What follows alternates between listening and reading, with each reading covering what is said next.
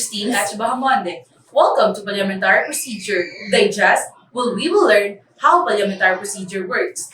Today, with the guide of Dr. Campoy's book, explain a few questions on parliamentary procedure. And I am Reina Mae Ruiz. So parliamentary procedure is a set of rules that govern how an organization or assembly conducts meetings. It's used to ensure that decisions are made fairly and equitably. So parliamentary procedure can be tedious to practice, but it can be worthwhile once you are proficient with it since it can speed up the process of meetings. But before we continue, we have a few questions for our Associate Dean, Dr. Campoy, who is an expert on parliamentary procedure. So first question, how do you handle multiple motions in parliamentary procedures? Thank you for that question. In parliamentary procedure, when multiple motions are presented, only one can be considered at a time, with the priority given to the motion that is regarded as higher ranking. So as Dr. Campoy explained, only one motion can be tackled at a time with the priority being given to the motion with a higher ranking. Given that other motions must wait when another motion is currently being presented to avoid confusion. And the second question is, what are the key points to remember when handling multiple motions? Again, thank you for that question. When handling multiple motions, there are key points to remember. First, the hierarchy of motions. Note that different types of motions have a specific order of precedence, with privileged motions taking priority over subsidiary motions which can take priority over the main motions. Second, only one motion at a time. When a motion is being debated, no other new motion can be introduced until the first is voted on. Third, we have the subsidiary motions. If multiple motions are related to the same motion or main motion, subsidiary motions like amendments and motions to postpone can be used to modify the original motion before a final vote is taken.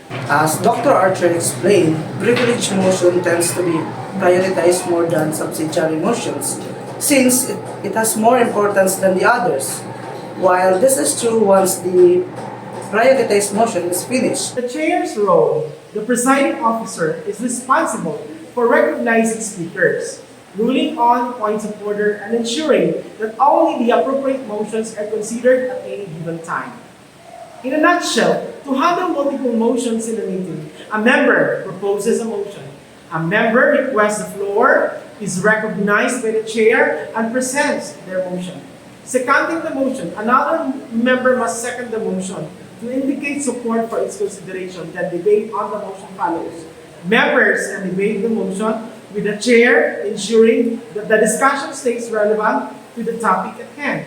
Now, addressing a new motion. If someone wants to introduce a new motion while another is being debated, they must wait until the current motion is disposed of, unless it is a privileged motion that takes precedence. Then disposing of a motion. Once the debate is concluded, the chair puts the motion to a vote and announces the result. And Dr. Archer emphasized that you must not disturb or introduce a new motion when the current motion is not finished. But in some cases, you can introduce a motion if it is a privileged motion, since it takes the most priority in the meeting. The third question is, how can a member challenge a ruling made by a chairperson, and what are the things that must be remembered in appealing to a chairperson's ruling? Again, thank you. To challenge a ruling made by a chairperson, a member can formally appeal the decision by raising a point of order and requesting a vote on whether to uphold the chairperson's ruling. This is typically done by stating, I appeal the decision of the chair during a meeting, following established parliamentary procedures like Robert's Rules of Order. For those who does not know what is Robert's Rule of Order, is a widely used manual for parliamentary procedure designed to help groups conduct meetings in an organized, fair manner. It was first published in 1876 by Henry Martin Robert. The process that must be remembered in appealing to a chairperson's rulings include the following. First, the motion to appeal. The standard way to challenge a ruling is by making a motion to appeal. Second, point of order. Often, A member will raise a point of order before appealing, indicating that they believe a procedural error was made by the chair. Third, the debate. Depending on the rules, there may be limited debate on the appeal, allowing the member to explain why they disagree with the chair's decision. Fourth, the vote.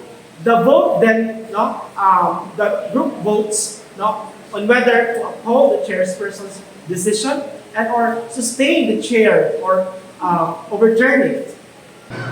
Even though the chairperson is the highest ranking member and you might be one of the lowest ranking members, you can still overturn his discussion through votes and appeals.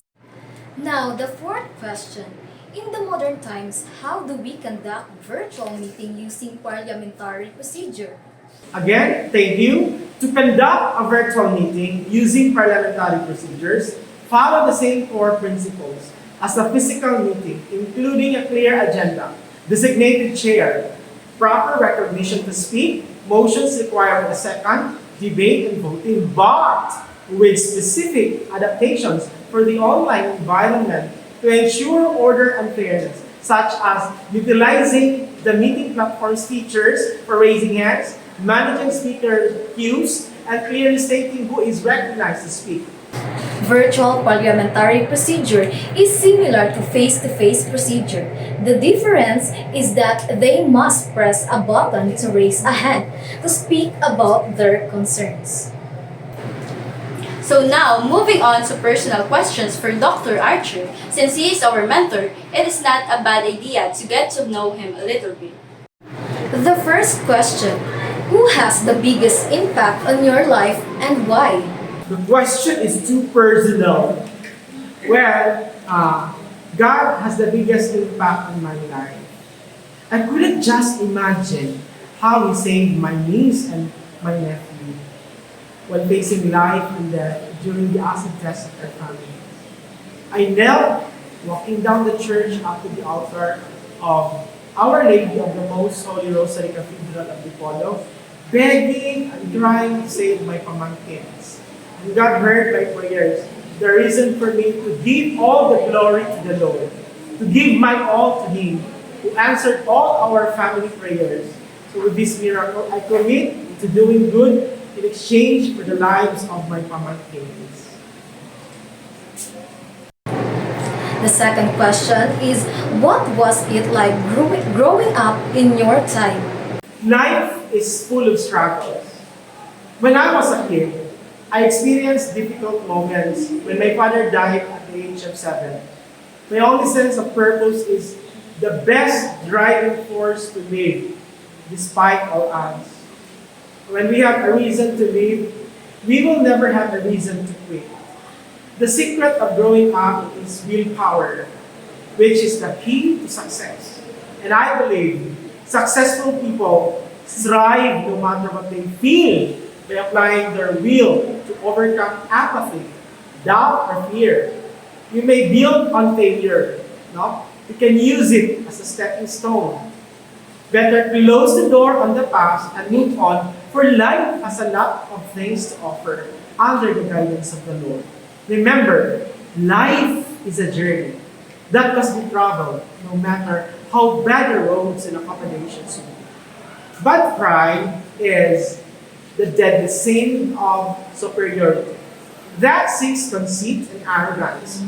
Growing up is learning life's lessons, and it's not about making your life perfect, but about seeing life as it was meant to be.